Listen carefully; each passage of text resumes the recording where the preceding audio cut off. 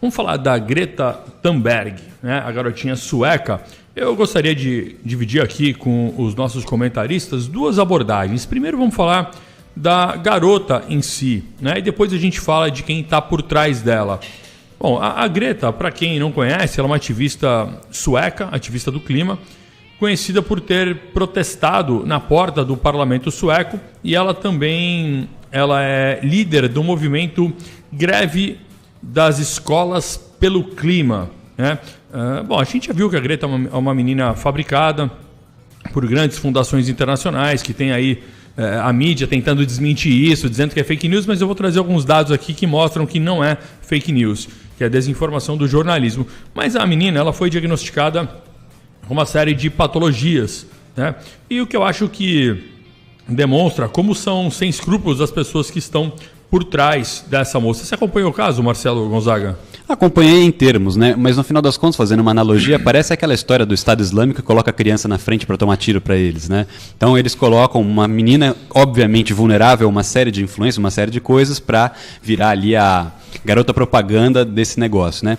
No final das contas, ela acaba sendo mais uma adolescente normal, porque ela conseguiu uma pauta boa para arranjar uma greve das escolas, né? Então agora as escolas não estudam porque o clima está algum problema. Ou seja, é a pauta normal de todo adolescente. Quero inventar um jeito de não precisar ir para a escola. Mas deixa eu te perguntar, Marcelo Gonzaga, você como o nosso especialista em educação infantil aqui, será que se as crianças se deixarem de ir à escola, será que elas vão ficar mais inteligentes? Porque indo para a escola parece que não está adiantando, né? Teria que ver como é que é na escola lá na Suécia. Agora, se a Greta Thunberg aí, ela é um produto da escola sueca, eu já acho que ela poderia ter sido bem melhor educada, né? O que eu vi do discurso dela, a coisa mais engraçada de todas, primeiro que o discurso dela tá super esquisito, né? Esse negócio de shame on you, né? Que vocês deviam ter vergonha, que vocês estão isso e vocês estão aquilo, né? Vocês são responsáveis por um monte de coisas que ela também que ela se beneficia, mas ela também esquece de levar tudo isso em consideração, né? O melhor comentário que eu vi é de um sujeito no Facebook que eu não conheço, chamado Renan Noah. A minha esposa adorou, compartilhou, etc. Até arranjou briga por causa disso. Não vou ler o comentário inteiro, mas tem uns trechinhos bem engraçados, que nem esse aqui, ó. Eu não sei dizer, nunca havia sentido algo igual. As palavras dela, não sei, abruptamente eu quis criar gado. Quis alimentá-lo com feijão, repolho, batata doce, dar muito luftal pro meu gado. Eu quis ver o urso polar boiando à deriva no oceano sobre aquele último pedacinho de gelo do Ártico. O ursinho e o filhotinho, as carinhas tristes sobre o sol quente. O pedaço de gelo derretendo, derretendo. Imaginei o ursinho sendo devorado por uma orca e que a orca tivesse um canudo plástico fincado na testa e uma tartaruga fincada no canudo. Ou seja, eu senti uma coisa próxima que esse sujeito colocou, que eu achei muito divertido, porque o discurso dela mais acabou dizendo contra a causa que ela supostamente está defendendo do que qualquer outra coisa. Foi um discurso super afetado, ridículo, né? Que quem ouve aquilo fica mais contra a tentativa dela de fazer sei lá o que, né, que ela está tentando fazer, do que qualquer outra coisa. Eu não sou nem partidário da causa dela e acho que esse tipo de discurso mais falou contra do que a favor. Pois é, eu achei interessante quando ela fala aquela frase, nós não vamos perdoar vocês.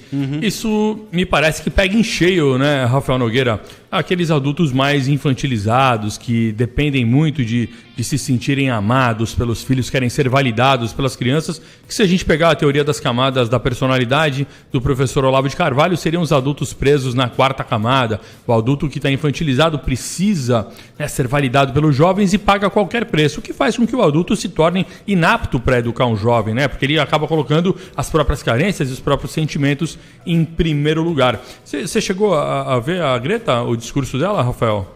O que eu noto, como você disse, é que uma geração muito frágil, muito imatura, criou uma série de mimados aí. Eu gosto muito do Theodore Dalrymple, né, que tem aquele livro Podres de Mimados. Logo nos primeiros capítulos ele conta, na introdução, ele conta alguns fatos que exemplificam figuras como essa Greta, que eu não sei falar o resto. Você repara o seguinte, ele diz que, por exemplo, velhinhos nos pontos de ônibus têm medo das crianças, mais até do que assaltantes, porque sabem que crianças inglesas estão tão mimadas que elas podem chegar, derrubar os velhos, roubar, pegar o guarda-chuva e coisas assim. Ele disse que alguns jovens, quando vão ao médico dizendo assim, tenho dor na coluna, não posso trabalhar, se o médico não dá o atestado que comprove que ele não pode trabalhar para ele ganhar uma espécie de, aqui no Brasil, aposentadoria por invalidez, ele pegou o computador, isso aconteceu, ele pegou o computador do médico, jogou no chão, quebrou tudo, foi quebrando o escritório e foi em direção ao cara. Aí o médico falou, agora eu dou atestado para todo mundo, porque senão vai quebrar tudo aqui, só vai me dar prejuízo. Então ele falou o seguinte, existe uma geração que está muito infantilizada e as crianças que vêm dessa geração estão muito piores, elas estão agressivas, destruidoras. E aí, você esperar que uma criança valide o que você faz é a falência total do mundo. Quando as crianças e os jovens é que dão os juízos, a opinião e as direções, acabou. Pois é, deixa eu registrar 2 participações aqui, uma do Burt, ele mandou inclusive aqui um meme da Greta com o Bolsonaro, ela falando assim, vocês roubaram meus sonhos, aparece o Bolsonaro com uma montagem comendo um monte de sonhos de padaria, e o Burt fala o seguinte, boa noite a todos, sempre aqui na escuta da Rádio Litoral, o programa está de parabéns. E sobre a Greta ele deu risada, valeu Burt, obrigado, e tem mais uma participação aqui, do Francisco Abílio, ele falando o seguinte, boa noite a todos, a menina Greta e a Malala discursaram na ONU, nunca um menino, porque meninos não estão nem aí pro mundo. Valeu, Abílio. E falando em participações aqui, antes de eu ouvir a opinião do Felipe sobre a Malala, eu trouxe aqui uma participação do nosso amigo Marcelo Arias, professor que é especialista em comportamento humano, ele que é psicobiólogo, né, doutor em ciências, autor do livro Neurobiologia e Filosofia da Meditação. E o Marcelo não pôde estar aqui conosco hoje essa pauta tinha bem a cara dele para falar do comportamento da Greta, porque ela foi diagnosticada, olha só, com uma série de psicopatologias, Asperger, transtorno obsessivo compulsivo, mutismo seletivo, o que para mim faz dela uma presa mais fácil nas mãos de quem quer manipular, porque essa síndrome tem 2 características. A primeira é que a pessoa fica meio obsessiva com algum tema, então se você deu a ela algo que ela gosta de fazer, ela vai ficar psíquica desse programa, né? Ela vai desse programa, desse tema. Tem problema, né? E como ela tá do clima, como por exemplo o Messi com o futebol, como tem o Clay Marzo, que é um atleta do surf também, que é impressionante, é como se fossem superpoderes mesmo, isso aí. Só que por outro lado isso reduz as habilidades socioemocionais da jovem, né? Então eu vou colocar aqui para vocês o que o Marcelo Arias Danukalov passou aqui pra gente, a opinião do Marcelo sobre esse contexto em que a Malala se encontra, uma análise do comportamento e das patologias. Posso tocar, Geraldo? Vamos lá. Boa noite, Herbert. Obrigado pelo convite mais uma vez para estar aqui na Rádio Litoral, na Hora Conservadora. Boa noite, ouvintes. E então, esse assunto da Greta Thunberg é um assunto bastante delicado, não é? Primeiro porque a menina é portadora de uma quantidade muito grande de psicopatologias, né? Entre elas a síndrome de Asperger, que é colocada dentro de todo o espectro do autismo, ainda é portadora de transtorno de déficit de atenção, com hiperatividade, TOC, transtorno obsessivo compulsivo, e apesar de portadores de psicopatologia não serem a doença, é claro que a doença faz parte de toda a estruturação de pensamento. E tanto uma criança quanto um adulto necessita de cuidados um pouco mais parcimoniosos, né? O que a gente viu ali, na realidade, no meu ponto de vista, é uma gigantesca exposição de uma menininha que ainda não tem consciência profunda do que está acontecendo, com um discurso retórico, sabidamente ensaiado, para que pudesse seduzir o afeto e a emocionalidade da plateia. E é incrível como uma maioria esmagadora de jornalistas acaba caindo nessa armadilha, né, de aplaudir de forma efusiva um discurso que é um discurso muito característico de todos os adolescentes, que é um discurso autocentrado, que é um discurso vitimista, que é um discurso de um indivíduo que se sente oprimido pelo mundo. Todos nós passamos por isso. Todos nós vamos passar por camadas, por estruturas e níveis de desenvolvimento da nossa personalidade. Não há crime nisso. O problema maior é que o que a gente identifica são adultos vivendo num estado mental como de Greta Thunberg. adultos vitimistas, adultos com ideias extremamente simplistas da realidade da crueza do mundo, da realidade da concretude das relações. A questão ambiental ela é dificílima, ela está aí, está posta, mas ela no mínimo precisa que nós a tratemos com um pouco mais de parcimônia, com um pouco mais de dialética, com um pouco mais de racionalidade, com um pouco mais de profundidade. E se a Greta Thunberg ela quer participar do debate, ela pode sim participar do debate na escolinha dela, né? Ela não deveria faltar às aulas, né? Ela deve participar na sua comunidade, é muito bem-vinda. Agora, é realmente patético, né, ela discursar na ONU, ela puxar a orelha de grandes líderes mundiais simplesmente pelo fato desses líderes estarem discursando em prol de um desenvolvimento econômico e sustentável do mundo. É claro, precisamos de dinheiro para fazer pesquisa na área do meio ambiente, é necessário dinheiro, é necessário money, é necessário investimento. E é muito bonito, né, ver a menininha falando, puxa vida, vocês roubaram o meu sonho, vocês só pensam em desenvolvimento. Mas ela foi de avião para a ONU, ela tem o seu iatezinho, e é incrível, realmente incrível como os pais dessa menina conseguem expô-la mundialmente de uma forma tão inadequada. Né? E é impressionante também como as pessoas bateram palma para esse discurso, que é um discurso, no fim das contas, vazio, um discurso pobre, um discurso retórico, talvez da pior espécie, manipulador e histriônico. Né? Fica aqui um ponto de reflexão. Né? Essa menina precisava ser cuidada, essa menina precisa se estruturar. A síndrome de Asperger, ela tende a ir ficando mais apaziguada na medida que a gente vai desenvolvendo o nosso cérebro, que nós vamos amadurecendo. Mas, no meu ponto de vista, como profissional do comportamento humano, o que eu vi ali na ONU foi um verdadeiro crime. Bom, é isso aí, turma. Obrigado, viu, Herbert, pelo convite e espero estar participando ao vivo em outras ocasiões.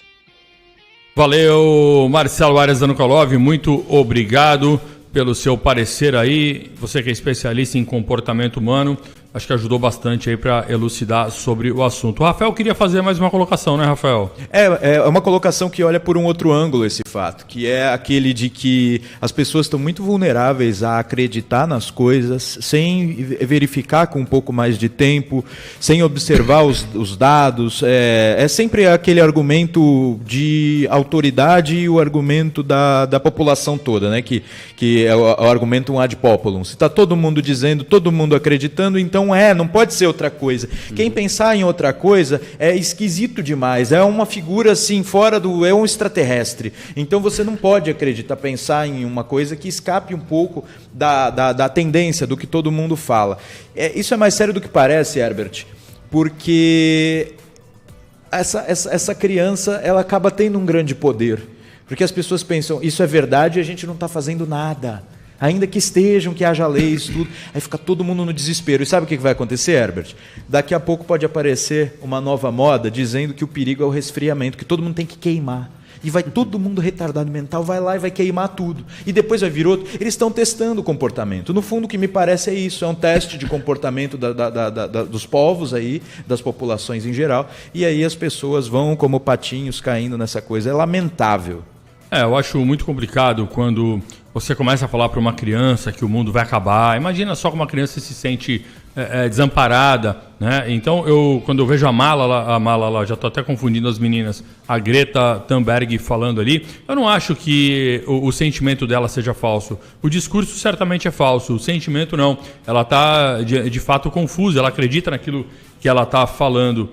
E esse discurso é um discurso complicado sobre o clima, porque, veja só, 2% da superfície terrestre apenas é coberta por cidades. Então, o ser humano ele tem, sim, um poder de alterar o clima, o microclima, o clima em cima das cidades, porque na cidade você asfalta, você constrói prédio, então você muda a circulação de vento, muda o escoamento de água. Então, você muda, de fato, a questão da temperatura e daquele microambiente. Agora, para achar, meus amigos, que 2% de cidades cobrindo a superfície terrestre vão ter algum efeito significativo em cima dos outros 98%, considerando que as cidades estão só na superfície e os outros 98% eles têm não só a superfície, mas tem toda uma crosta terrestre com quilômetros de profundidade de oceano, de vulcões, tem quilômetros de atmosfera acima do nível do mar, então é uma questão muito complicada que falta senso de proporções. Eu queria ouvir o Felipe em relação a essa questão, porque a mídia saiu dizendo que a Greta Thunberg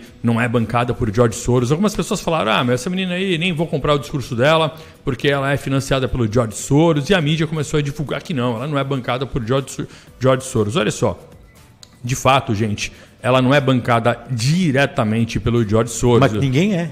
Pois ninguém Acho que é. nem a família dele. Acho que é. Então, ela é representante de uma fundação que foi fundada por outras fundações, entre as quais a Open Society do George Soros. Então, essa é a explicação correta. Como tudo que o George Soros faz. Então o pessoal da mídia vai lá, faz uma checagem de notícia extremamente porca, né, para fingir que ela não é manipulada, que ela está defendendo o clima. Mas o Felipe não se manifestou ainda. É sempre curioso a gente ver a movimentação dessas fundações orquestradas, né, por George Soros e outros metacapitalistas, porque esse pessoal eles têm interesses sempre muito claros em vista, né? O que eles pretendem fazer. Todo o discurso dessa moça, que foi construído para ela, que não é dela, até porque ela é uma criança com problemas intelectuais, evidentemente ela é totalmente influenciável, ela não tem uma opinião própria a respeito disso, essa opinião foi entregue a ela por alguém já muito montada, é dirigida às lideranças ocidentais, principalmente, né? Ao Donald Trump, por exemplo, que resiste, né, a submeter aos Estados Unidos as exigências do Acordo do Clima, a líderes europeus, até indiretamente aqui ao Jair Bolsonaro, ao nosso país, ao Brasil, mas um dos maiores países do mundo, né, em matéria de poluição, de população e de poluição, é precisamente a República Popular da China, que parece, não sei, a própria mídia parece não estar dizendo nada a respeito disso, né? Por que as críticas em matéria de poluição, de ecologia, não vão bater lá na porta da China? Ué, porque é lá na China que esse pessoal metacapitalista mantém as suas fábricas, pagando pessoas salários próprios de países onde a escravidão vigora, para vender para cá, para os trouxas daqui comprarem ao preço que eles bem entendem. Quer dizer, no fim, eles estão, em cada lugar do mundo, eles defendem o interesse e eles estão sempre ganhando. Essa menina é mais uma peça nesse jogo de xadrez. Muito bem colocado, Felipe. Ela fala de todo mundo, mas da China, que é bom, Rússia também, né? Ninguém fala, né? Nada. Só fala do americano, do brasileiro. Muito bem colocado.